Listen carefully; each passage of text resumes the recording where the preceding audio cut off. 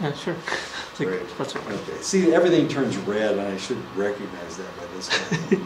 But no, I'm not that bright. Okay. And these are some mistranslations. If you notice, the words are correct. The words are correct. They just don't. The context is incorrect. Well, in this case, they put an L in there. And they meant strangers, but they said stranglers instead. What difference does it make? Just one little letter. Please don't accept strangler's invitation so as not to be cheated. This is a sign in a Chinese hotel. A little bit of a mistranslation there. This one, all the words are right. Kind of. It's another sign, a sign from China. It says, please don't touch yourself. Let us help try you out. And of course, all the words are right. It's just the context is kind of incorrect. Okay. They're not talking about, please don't play with yourself.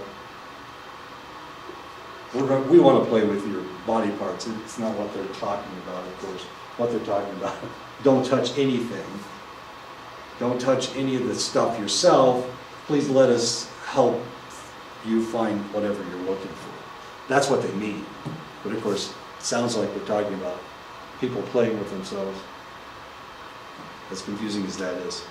Here they just they put an extra letter in again, doggone it.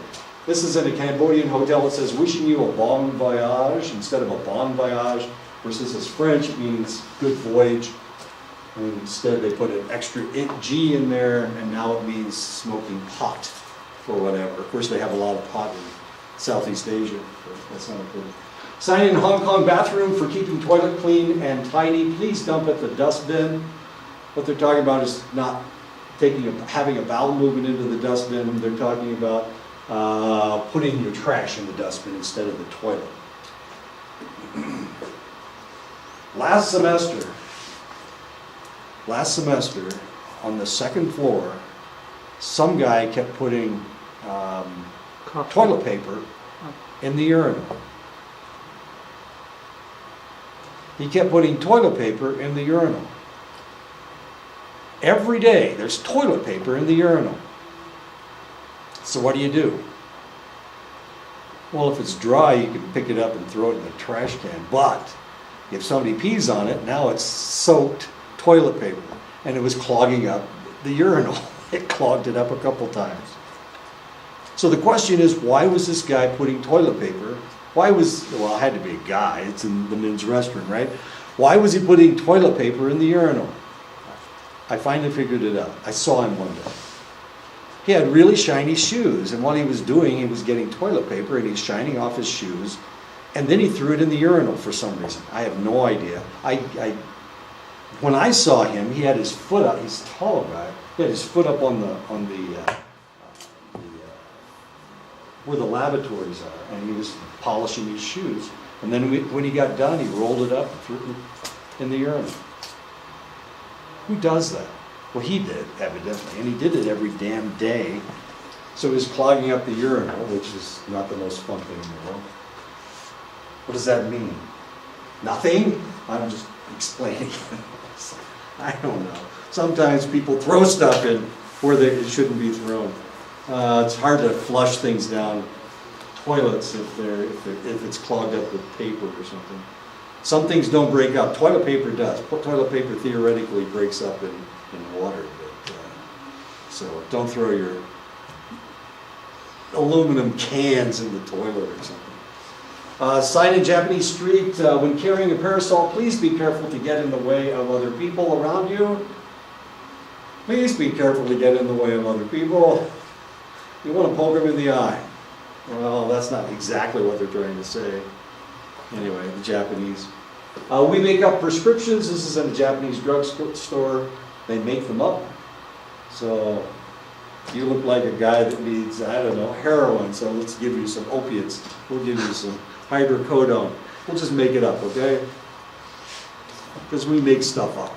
This is at a Bucharest hotel. Bucharest, of course, is the capital of Hungary. The lift is being fixed for the next day. During the time, we regret that you will be unbearable. Which means that we're not going to be able to carry you, but it also, unbearable also, of course, means that you're impossible to get along with. You'll be impossible to get along with because the elevator's broken. Okay. This is in a French hotel, Paris hotel. Please leave your values at the front desk. They don't mean values, they mean valuables, of course, but it's almost the same word, kind of means the same thing. Some of my students will do this. They'll use the thesaurus to find a better word, and the word doesn't quite fit. It means the same thing, almost, but not quite. And as an English teacher, of course, you've done this to me, Jeff. You know. I have. But I thought it was because I used what are those called? Like they're similar, and then I thought that works. And right.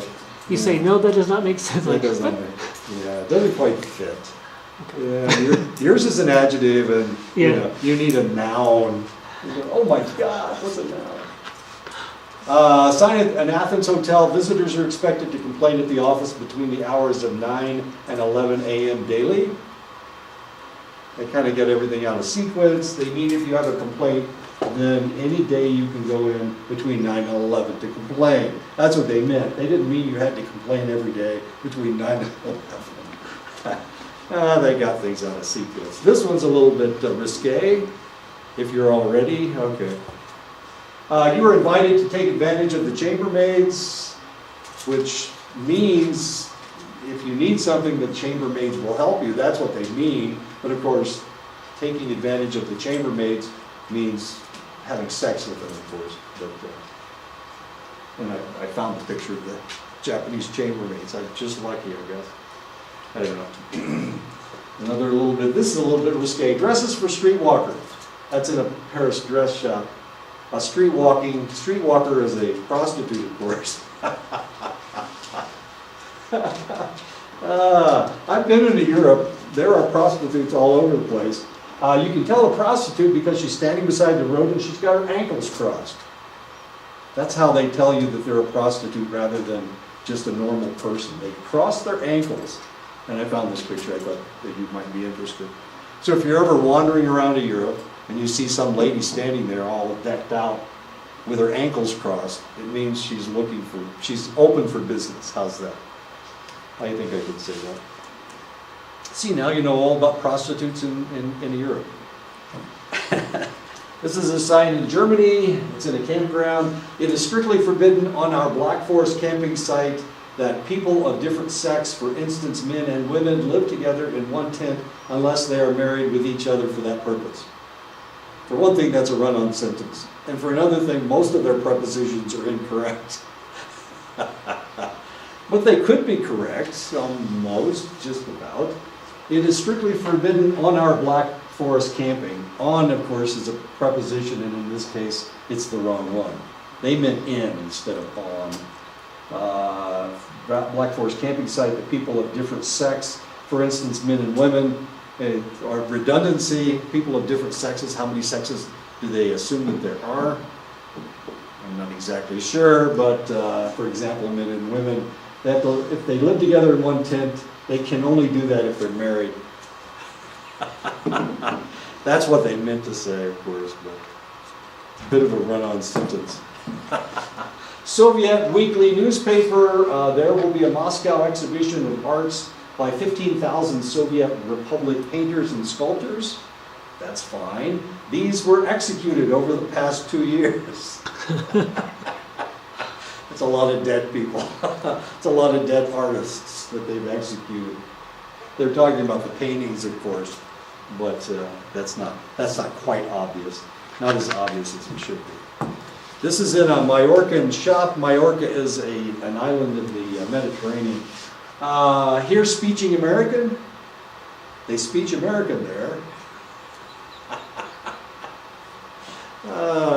It's almost right. Here, we speak American here, is what they mean to say. But here, speaking American is what they said. It's almost correct. Almost. Okay, so translation is a problem. Translation can be a really serious problem. You get a native speaker of the language, and they may say it one way, and somebody on the other side of the island says it a different way. And of course, it's one group is laughing at the other group because they say things incorrectly. If we tried to write with a southern accent, how would we spell our words? Would it be correct or incorrect? I don't know. It depends on where you're at. I know. Yeah.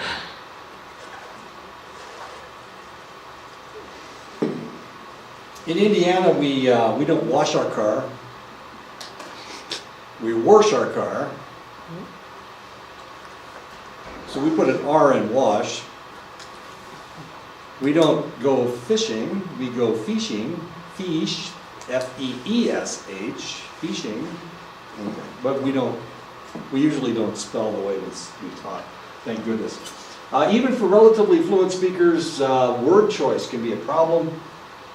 The most commonly used method of ensuring that a translation is accurate is to have someone translate the translation back into English. So what you do is you tell them what you want them to say. They translate it into their language. And then you give it to somebody to translate it back into English. And sometimes things don't translate. According to Wilson, there are a lot of things that don't translate. They've tried to make the translation simple for ignorant white people, or whoever the person may be, some non-Navajo certainly. This is known as back translation, and that's a good way to do things, back translate. That way you know exactly what they're thinking that you have just said. Does that make sense? Okay. And some things, like we said, some things don't translate. Schadenfreude doesn't translate into English. We have no word for schadenfreude. We can talk about schadenfreude, but as Americans, we don't have those feelings. We don't feel good when people fail, like Germans do.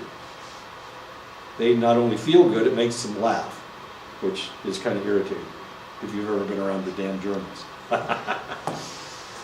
Response biases are factors that distort the accuracy of a person's response to surveys, and they become especially problematic when we compare groups that differ in their response biases.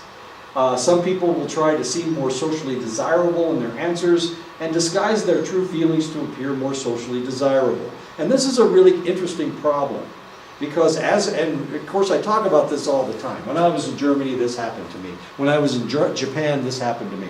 That kind of stuff. And the reality is they see things a little bit differently than we do. If you ask an Asian a question, they'll try to give you the median answer, the one right in the middle.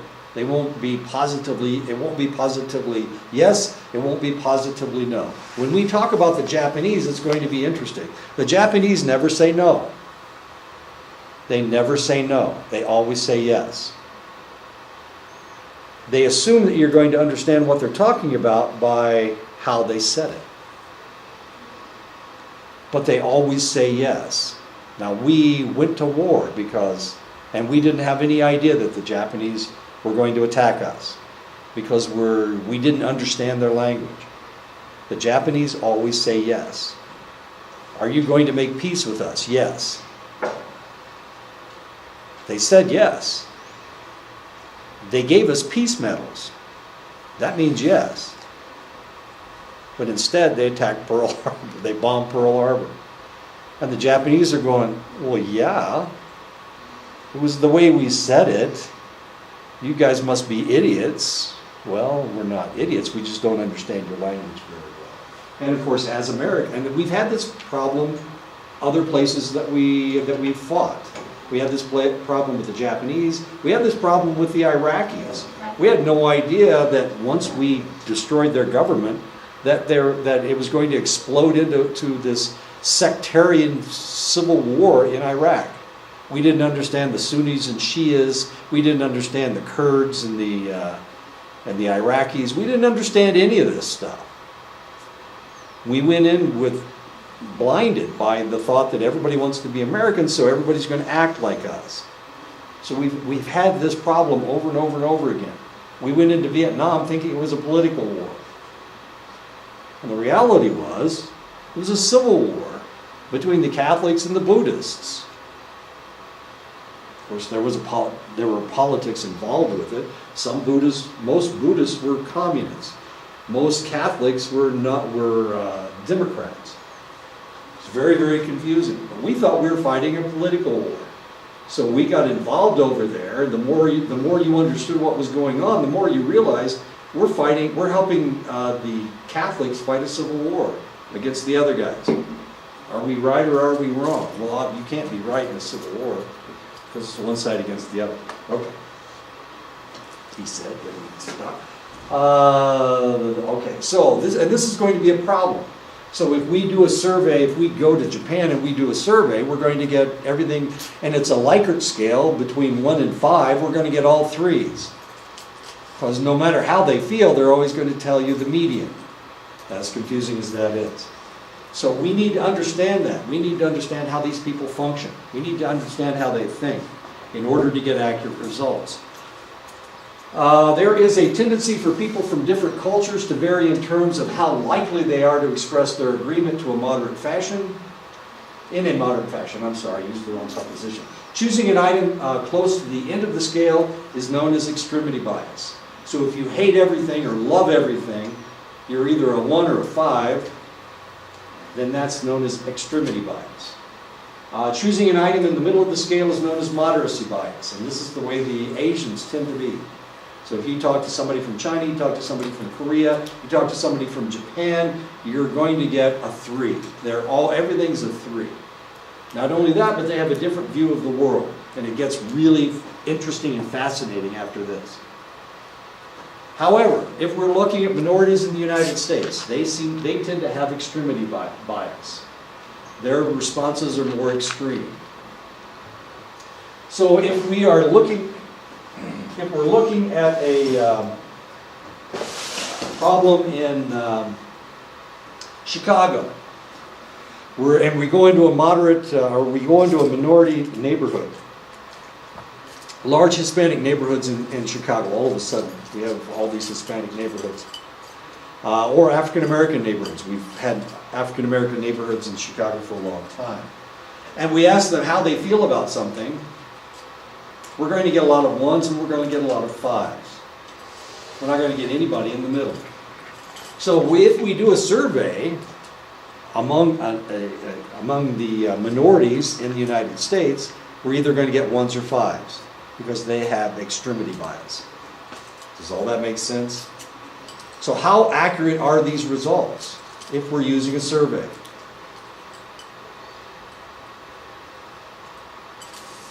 There'll be a lot of outliers when you do the survey too, I'm sure. Well, you can't throw out all 5s, and you can't throw out all 1s, because you're going to get only 1s and 5s. Yeah. So the question is, really fascinating. So when I did my research on resilience among natives of 2 counties in Montana, I got a lot of extremes. Most people, they were positive extremes. But I had one guy that I would have sworn he was about to commit suicide. He was so depressed. He was negative about everything. Oh my God. If your life is this bad, what's going to happen next? Of course, you see him on the street and you say, "How you doing?" He goes, "Oh, I'm doing fine." But when he takes a survey, he flips that negative switch, and my God, everybody else is scoring in the 50s on his resiliency scale, and he got an 18, as low as you can get. Really fascinating. Anyway, extremity bias.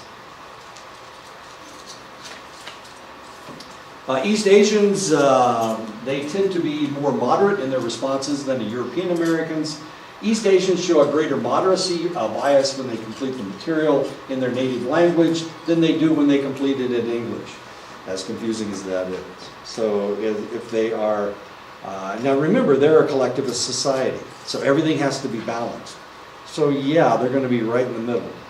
If I'm too negative, then people aren't going to like me. I'm not going to be like everybody else. If I'm too extreme, then nobody's going to like me. I have to be like everybody else. So everything's a 3. Everything's right in the middle, especially in their own language. In English, it's more of an individualistic language, so they can be more extreme if they want to be. But in their own language, everything's a 3. One way to fix moderacy and extremity bias is by having the respondents answer yes or no. It's either yay or nay. Of course, the Likert scale is 1 to 5. The reason we use Likert scales is because we can quantify it, and statisticians love that. If it's a yes or no, it's either a 0 or a 1, right? That's not a whole lot of numbers that you're dealing with here. Unless you do an open-ended where you see why you feel that way. Then it's a qualitative research. And you can't quantify it, can you? Okay. Now Sarah's all upset because, she loves numbers. Qualitative research is where you use, you look at the quality of something rather than, whereas quantified research, you use numbers. So you say something is a 7 or whatever. But with quality, you say everybody was moderately pleased with this. It's not nearly as definitive as quantified research. Tendency to agree with most statements is known as acquiescence bias and is an issue in cross-cultural comparisons. The acquiescence bias is the problem for cross-cultural research because cultures differ in their tendencies to agree with items. Acquiescence. This was a problem that we had doing research in India because they just want to, they accept everything. Everything's okay. They will tell you that everything's okay. But then something else will happen and you go, wait a minute, you just told me this was okay. Well, it was okay when I answered your question. Now everything's different. They agree with everything that you say, which is exciting. Kind of like the Japanese. Remember, the Japanese never say no. They always say yes. Everything is a yes. And you have to interpret what they mean by their facial expressions or how they said it. If they said it in a hesitating manner, it means no. And of course, if you're Japanese and you're used to talking to the Japanese, or people that are Japanese, they never say, since they never say no, if they say it in a hesitating manner, it means hell no. But as Americans, of course, we hear what they say and we assume that they said what they mean. And the reality is, why don't they say anything that's negative? Why don't they say no? Why do the Japanese always say yes? Any ideas? What the hell's wrong with these people? You just read that Japanese novel. If they do say no, it's always either hesitance or a question with a question. Yeah, it is. They never say no, they always ask another What question. do you mean? Oh, do you mean this or do you mean this? And then they go from the question. Which actually means no. Yeah. Yeah, okay. That's, It's rude, that's why. And they don't want to be rude. They live in a very crowded country. And if you're rude, then somebody pulls out a samurai sword and chops you. or shun In you. the old days, that's what happened. Or they shun you. Yeah, exactly. So, and you certainly don't want that to happen. To be shunned in Japan is death. Right? Isn't that what almost happened to the guy in the novel? Yeah. This guy was shunned by his 3 best friends. Yeah. Yeah, and he almost committed suicide. But then he met somebody and then it all fixed. Yeah, but it took a long time. I mean, he was really depressed for a long, long time. Yeah, it's so Japanese. That novel is so Japanese. The reason they shunned him is because he was the strongest member of the group. And they all said that. You're the strongest member of the group. And so they shunned him because there was a fragile member of the group.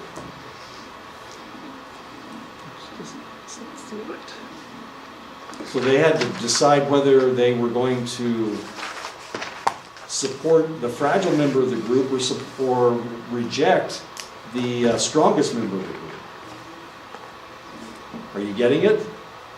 We need balance here. So they supported the fragile member of the group and rejected the strongest member of the group. And that kept them in balance to some extent. Of course, eventually she committed suicide. Well, she was already crazy to begin with, but Right, but she was fragile. So in order for them to maintain a balance of any kind, I mean, they could have rejected her. I thought they were going to reject her. They could have shunned her, but they, otherwise she would have committed suicide right away. And it was better for everybody involved if they shunned the strong guy, the colorless guy. Wait a minute, yeah, okay, now I know where I am. East Asians tend to have a relatively holistic way of looking at the world, and one consequence is that there are more possible truths in a holistic world. That's why everything's right in the middle. So, as you and I are talking about yes and no's, about a theory, you go, no, it's this way, and I go, no, it's this way. But if we were in East Asia, everything's a possibility. So you say, yes, it's this way, and I would have to say, yes, it's this way, even though we're talking about two different things, because there are so many more truths. In the United States, in the Western world, we're looking for absolutes. But in the Eastern world, everything is a possibility. So there are no absolutes as far as they're concerned. They never speak in absolutes. We do, as Americans, we speak in absolutes all the time. LeBron James is the best basketball player in the world. A good example is President Trump. He's very positive about everything that he thinks. We're going to have the greatest health care in the world. Remember, we're going to do away with Obamacare because it's a disaster. It's chaos. Whether it's chaos or whether it's a disaster is questionable, but he's going to replace it with the best healthcare in the world. And not only is it going to be the best healthcare in the world, it's going to cover everybody. He's speaking in hyperbole. Why? Because he speaks in absolutes. Everything is absolute as far as he's concerned, and it works. It's a speech making and a moralistic way to think, and he's able to carry it on. Most people don't talk that way.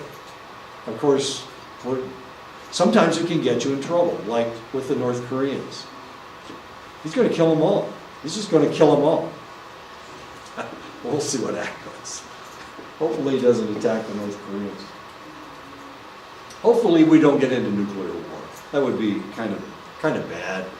I mean, we've been trying to shut all this stuff down for the last 30 years, and all of a sudden we may be in a nuclear war.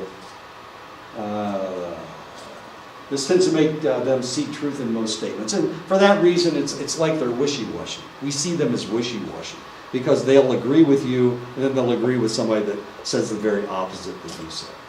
And it makes them seem wishy-washy. But the reality is they have a more holistic way of seeing things, so they can see positives in both arguments. People tend to evaluate themselves by comparing themselves with others. Usually it's somebody that's very much like you. So if you think about your first grade class or your kindergarten class or whatever, or your third grade class, you were comparing yourself with your cohorts, with the other people in your class.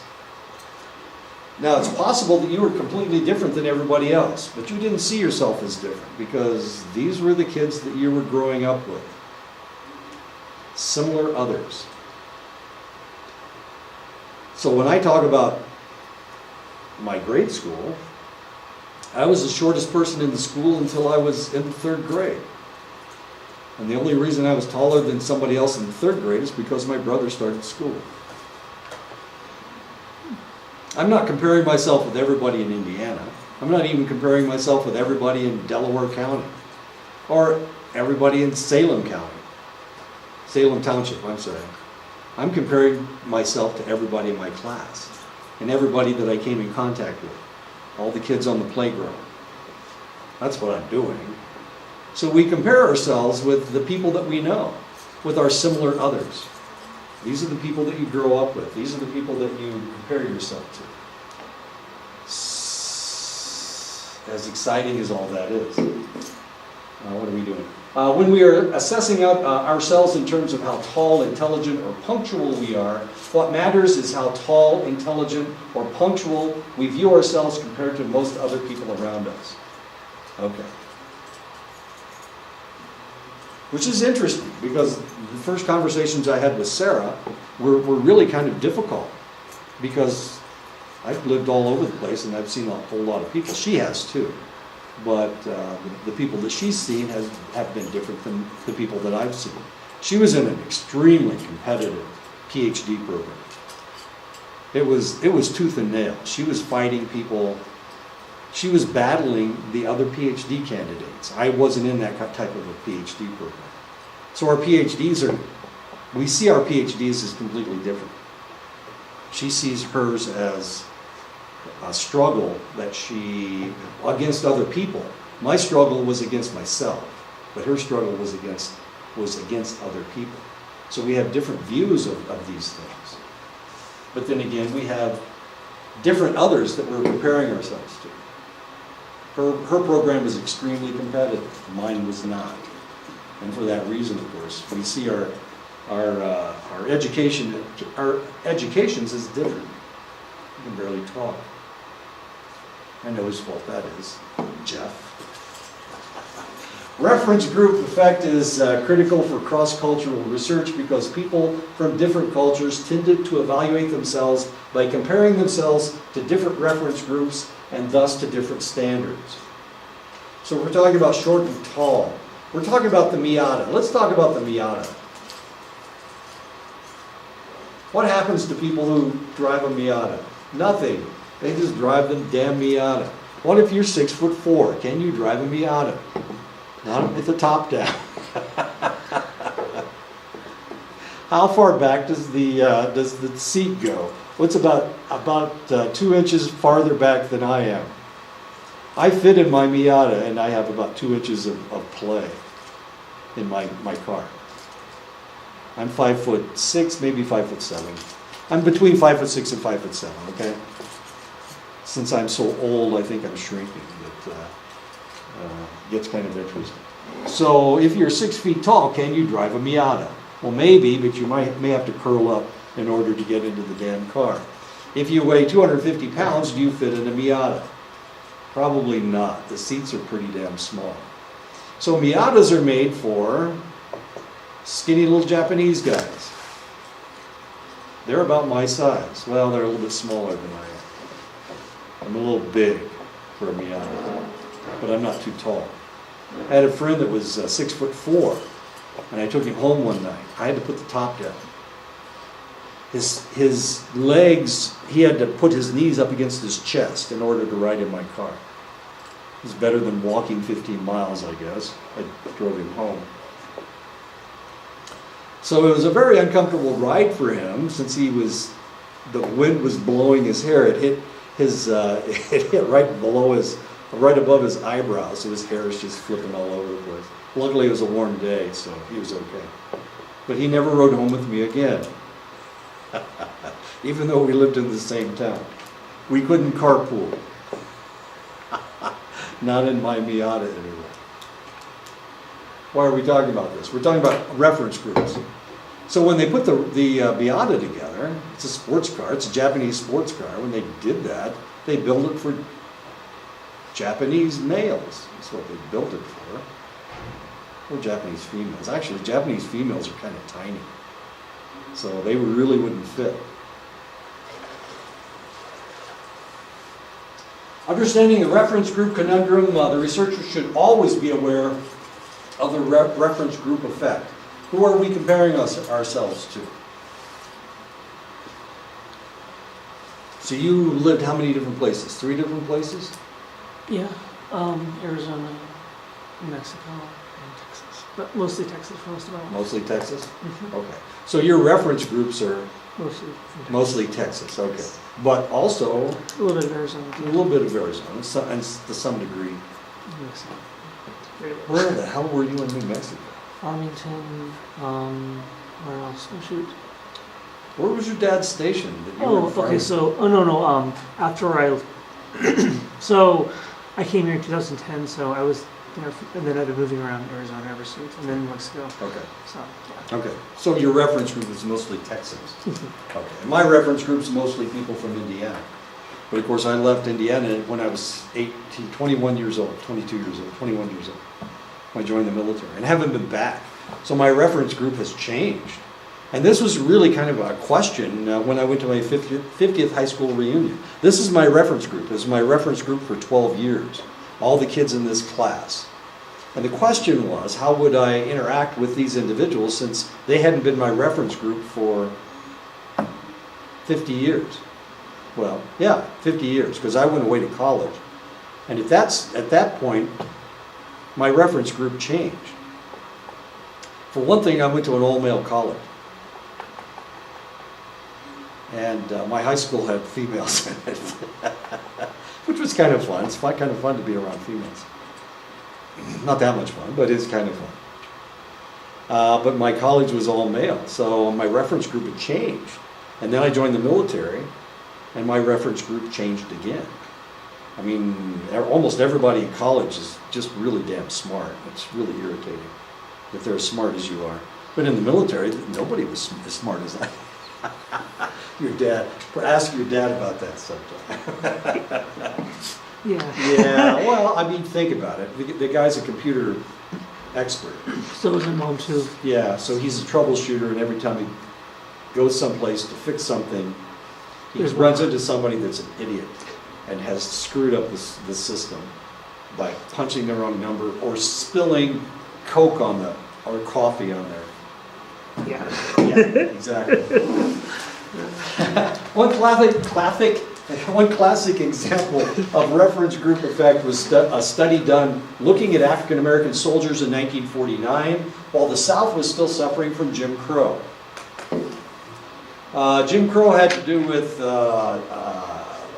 prejudicial situation to African Americans.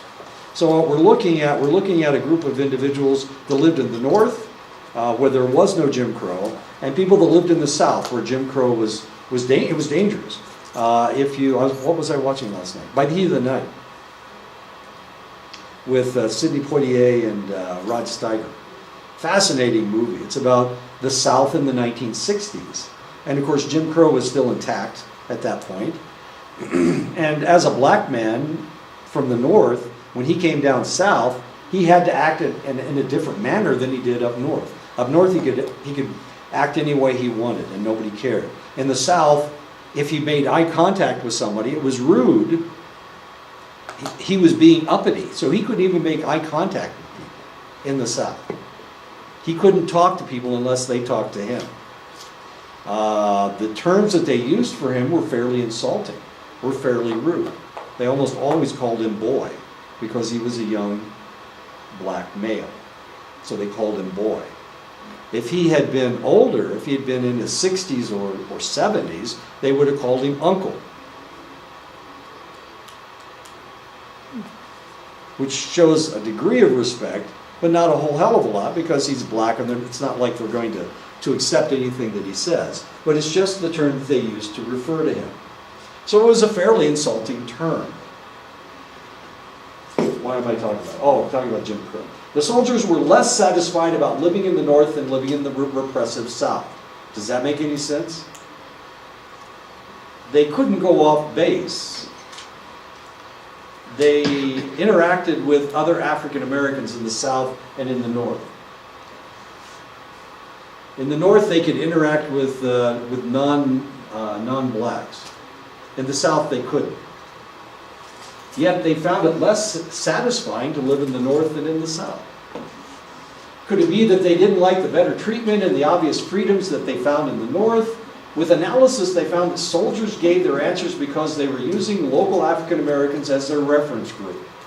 Because African Americans were better off in the North than in the South, the soldier's life was more satisfying in the South by comparison. All they had to do was go on base, and everything was okay. They were being treated as equals. So when they compared themselves to their reference group, the African Americans, the repressed African Americans in the South, when they compared themselves to their reference group, they were more satisfied with being black a black soldier in the South than they were in the North. In the North, they were treated as equals by everybody. But in the South, looking at their reference group, which was other African Americans living off base, they were in much better, they were much, it was a much more positive situation for them. So because they looked at their reference group in the South, they were more satisfied with the South than the North. They were much more happier with their life in the South because everybody else's life was much, much worse. The African Americans anyway.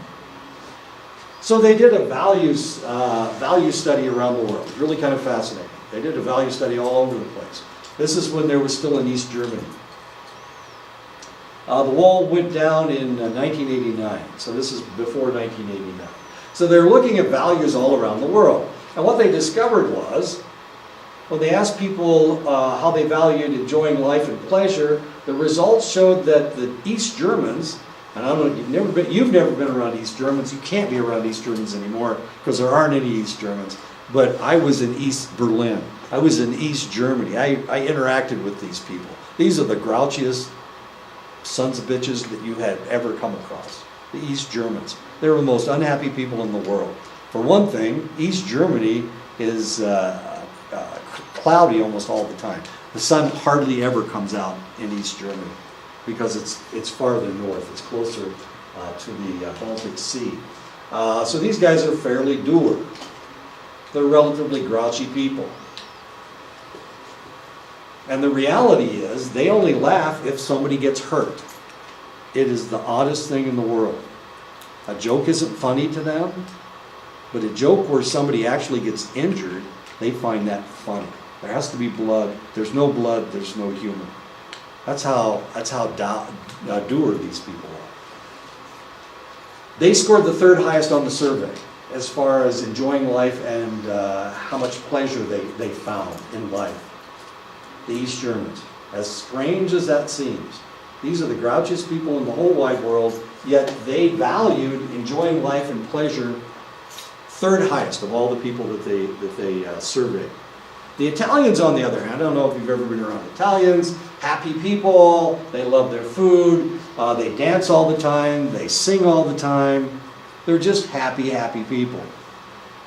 They maintain a lifestyle emphasizing good food, leisurely breaks in cafes, opera, art, and long summer vacations. They came in next to last when they looked at enjoying life in the pleasure scale. Now this is the very opposite of the way it should be. These people have a good time all the time. The East Germans never have a good time, yet they came third highest, and the Italians came next to last. That's completely illogical. Maybe there's something wrong with the survey.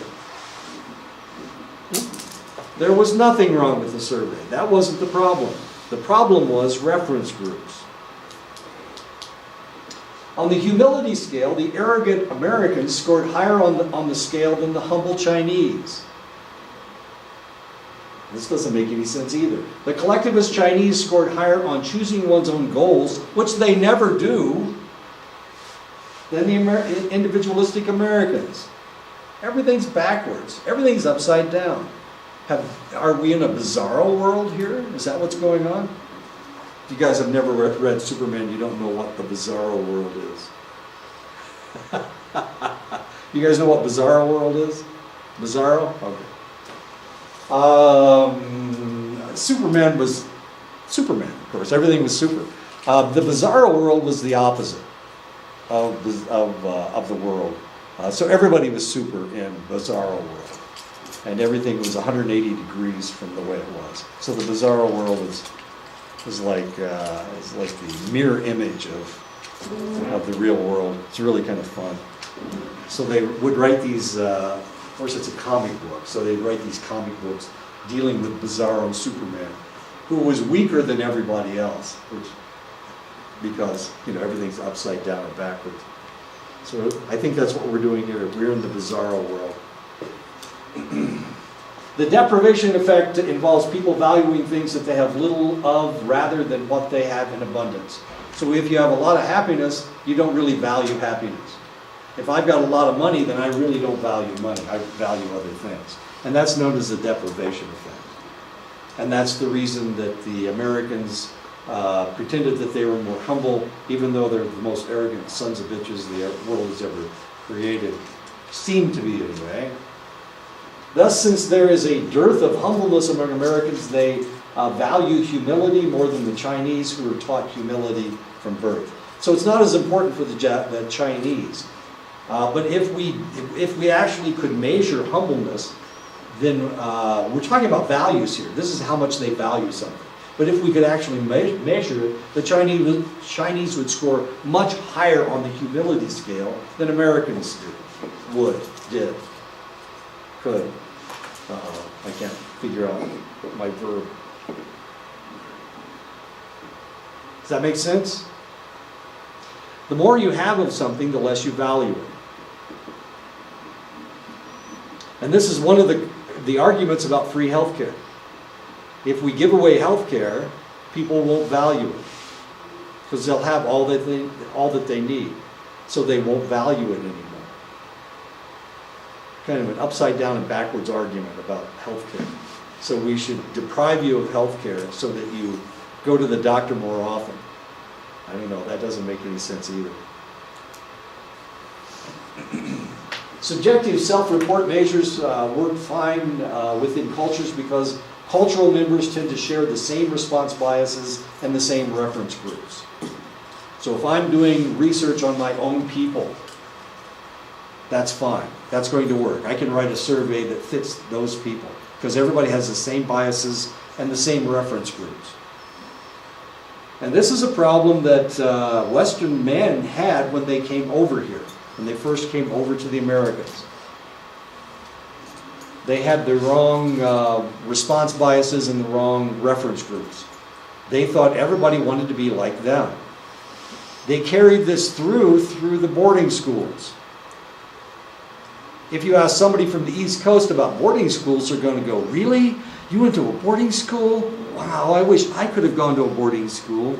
Because boarding school back east means that you went to an elite school. That's what it means back east.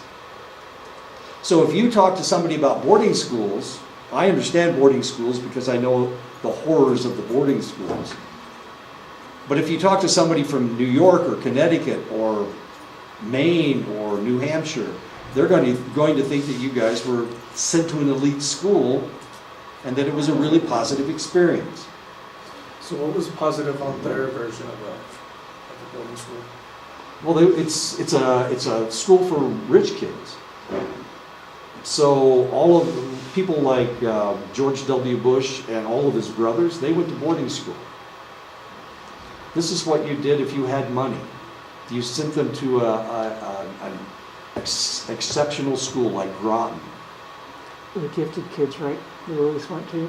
Yeah, sure. They had scholarships, and they had scholarships for good athletes too.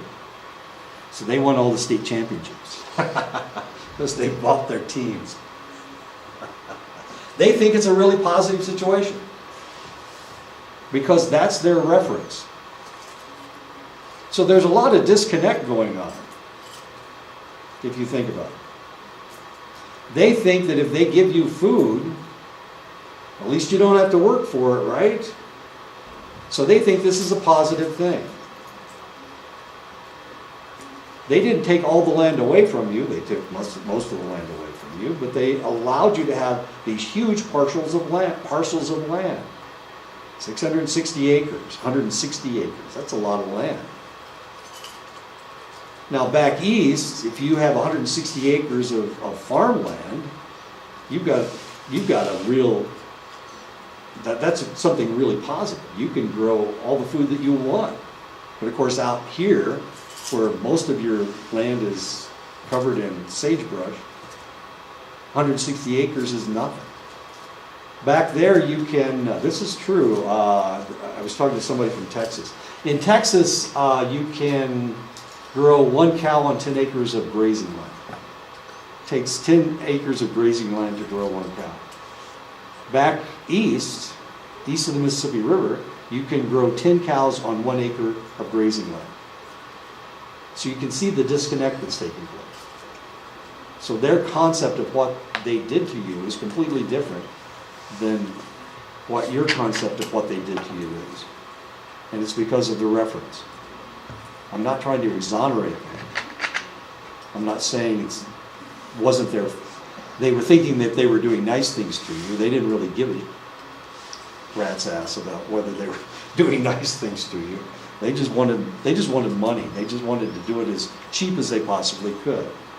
When they butchered cows and gave you the meat, of course you're used to the lean buffalo. When they did that, they thought that they were doing something nice to you. But the reality was they were giving you more fat than you were used to. And of course that changed everything completely. Okay. But subjective self-report measures do not work well between cultures because the members have different response styles and they have different reference groups. So the reality is, of course, you can't compare one group with another because you have different reference groups. Does all that make sense? Okay.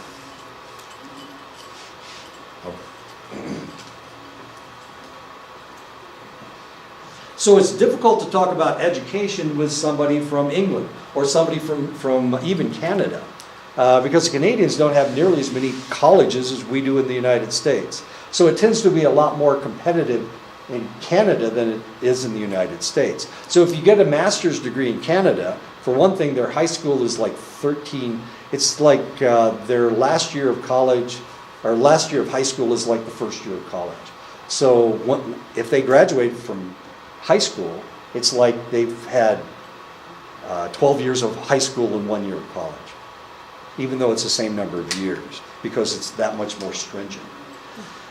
In Australia, let's see, how does this work? I just learned this. I was really fascinated.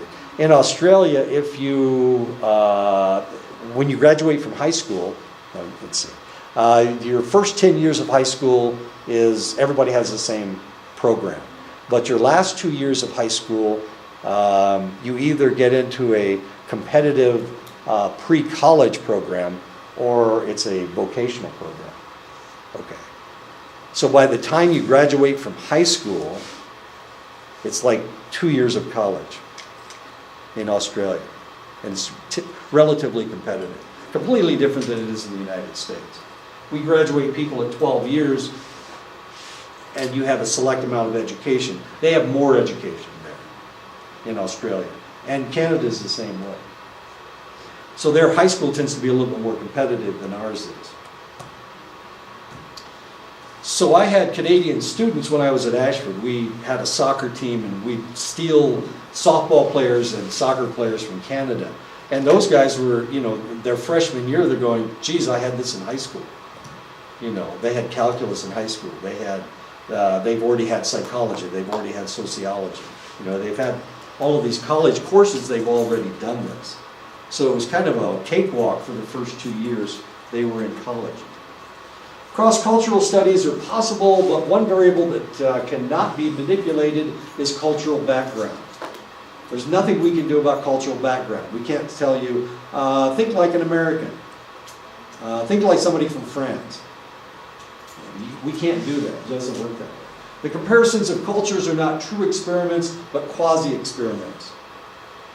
Don't mention this word to Sarah.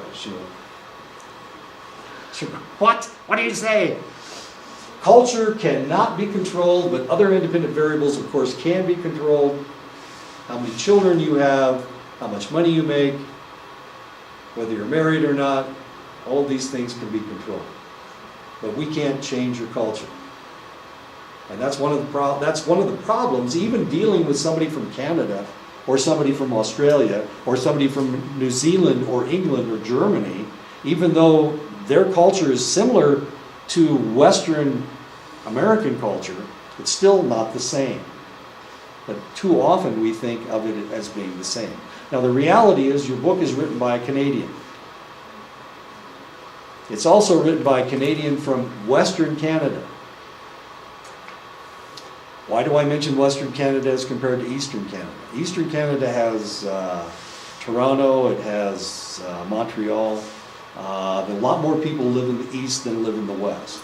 So the mindsets of the Western Canadians and the Eastern Canadians, not exactly the same. Theoretically, the educational systems are identical, but the reality is, you know, it's like cowboys from the West are exactly the same as people that live in New York City. Is that right? Hell no. No, it's a different mindset.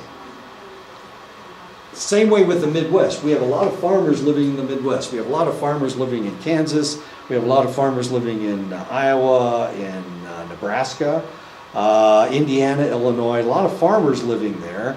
So their mindset is different from people that live in New York City and can't drive. People in New York City don't have to drive. They can't drive. Why would they? Why would they learn to drive? Only taxi drivers know how to drive, right? I don't need to know how to drive because I can always take the subway. In Chicago, you can always take the L. So people in Chicago don't have to learn to drive. Different cultures. So there are different cultures. In the East, they learn French. In Eastern Canada, they learn French because they may come in contact with somebody that speaks French. In the West, they don't want to learn French. They're not going to come in contact with anybody that speaks French. So they don't learn French as readily as people in the East. Does all this make sense? I know, it's kind of strange, isn't it? So we're talking about different cultures and different reference groups. How am I doing on time? Okay. After randomly assigning subjects to groups, a researcher can administer different levels of independent variable to each group.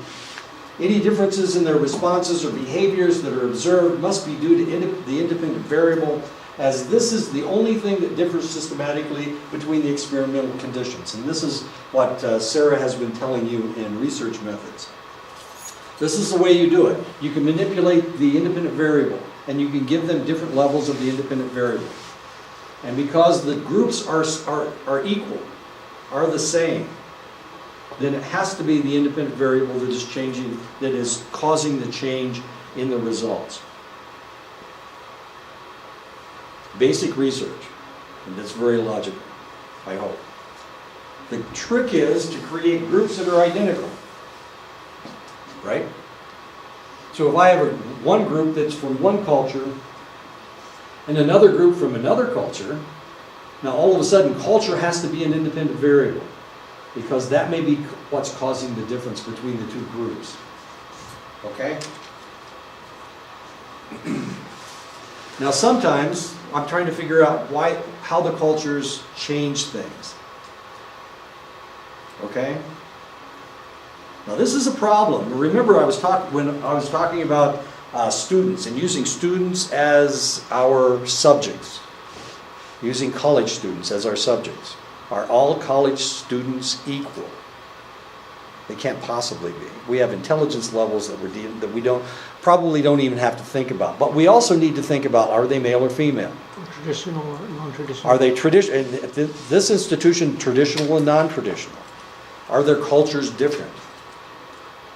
One of the things that I never hear talked about is, are they from the West, western part of the reservation, or the eastern part of the reservation? We know there's a difference. We know there's a difference.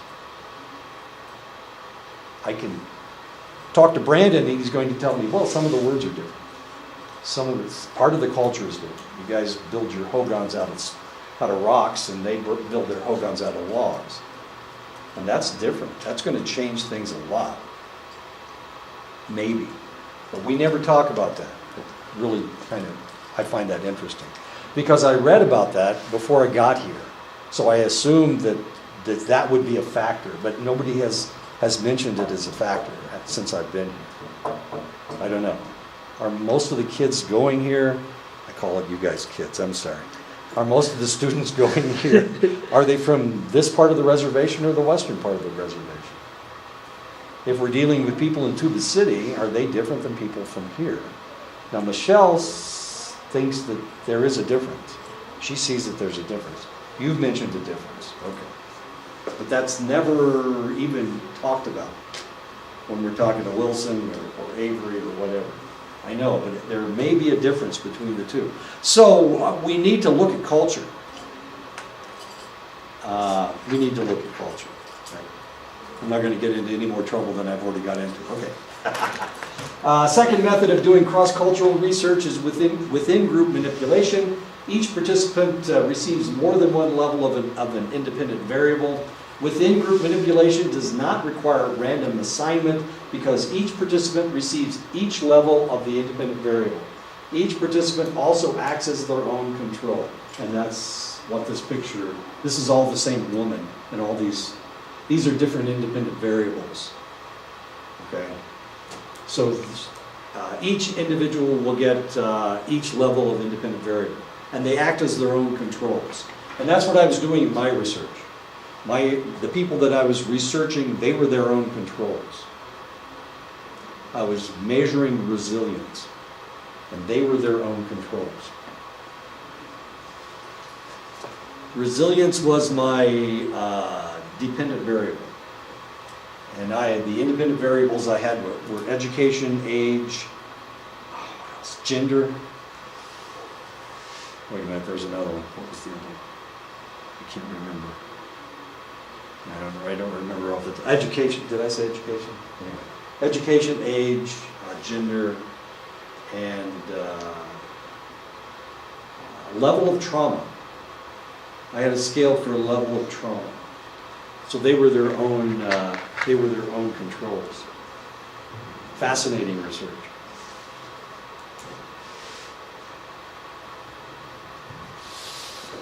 One of the things I discovered was the same thing that they've discovered in several other pieces of research dealing with this topic, with resilience. One of the things I discovered was that whereas if you look at another group, one of the things that you find is the more trauma they've suffered, the less resilience they have. It's one of those logical things that follows. The more shit you've gone through, the less resilience you have. Okay. So we look at African Americans, that's what we see. If we look at Hispanics, that's what we see. Really? That'd be the opposite. If the more struggle you've had, the more stronger your resilience would be. No. Okay. Yeah, the more crap you've been through, the less likely you're going to be resilient. The more likely you're going to have knuckled under to whatever's you're facing. Okay. Okay. So the poorer you are, the less resilience you have, theoretically. Okay. That's what we found with everybody else, with all the other the resilience research. But there were two other resilience research on different reservations around the United States, and they found the very opposite. Exactly what Jeff was saying. And maybe the reason you're thinking that is because American Indians, the more they've been through, the more resilient they are. And I found that in two other pieces of research. And that's what I found in my research, was the greater the resilience, or the greater the trauma, the more resilience the individuals had. And we only see that in American Indian populations. That's the curious thing that's the reason I mentioned this. Oh, okay. Yesterday I told Chris there was nudity, here it is. You can almost see her nipple. Okay, there it is. And I'm glad he's got an Oreo just in case, I don't know. I didn't take the picture, okay? I just found the picture on the internet, and now I'm letting you see the picture. Past research has explored cultural messages in domains of diverse as magazine advertisements. And now we're going to talk about these magazine advertisements. This is an advertisement for Oreos in Korea. Now, probably we would not see this advertisement in the United States. And I don't know if that makes you want to eat Oreos or not. But in Korea, evidently it works because, well, I don't know. Okay. Past research has explored cultural messages in domains as diverse as laws. China passed a law in 2013 that adult children must visit their parents often. That's an interesting law. How often is often? How many times is often? Every day, every week, every month, every year, every 3 years, I don't know. How often is often? But they passed a law that said, okay. So, and this is cultural. This has to do with culture. Past research has explored cultural messages and domains as diverse as newspaper articles. Most headlines around the world were about President Trump's inauguration, but from that country's point of view. And this is one from France. So, and they're relatively negative about Donald Trump, obviously. Oh my God, he's been inaugurated. Anyway, I'm sorry, this is from Montreal. I apologize. Canada. This is what the Canadians think of Donald Trump. So if we look at one piece of information, we can look at how it impacts people around the world. Past research has explored cultural messages in domains as diverse as fairy tales.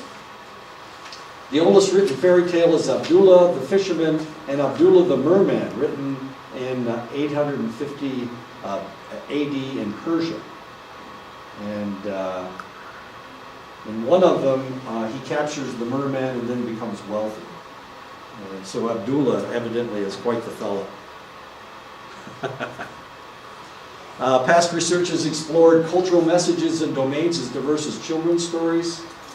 And I think I'm going to explain it. No, I don't. Okay. Children's stories. So as we look at these cultural influences, we can see that they're completely different, depending on what culture you're dealing with. So they even write their children's stories differently. Past research has explored cultural messages and domains as diverse as sports coverage. In the United States, of course, we're individualistic. So if you watch Sports Center, especially about baseball, usually you see who hit the home run and how far it went, right? How many points did Michael Jordan score? How many points did LeBron James score? How many points did Stephen Curry score? But if we look at sports around the world, one of the things we see is, if they're more collectivistic, we see that the team won. And they'll show a picture of the whole team. They'll show a picture, and instead of who scored the goals, they'll show somebody making a good defensive play. So things are just a little bit different. They don't just talk about the winners. In the United States, we're very individualistic. So we don't really talk about the guy that came in third place or second place, or who tripped and fell down. Well, we may talk about the guy who tripped and fell down because we want to make fun of that guy. But around the world, it's a little bit different. Past research has explored cultural messages and domains as diverse as personal ads. This is an uptown girl. She enjoys a good book, a tasty wine, and a stimulating conversation. I have no idea what it says.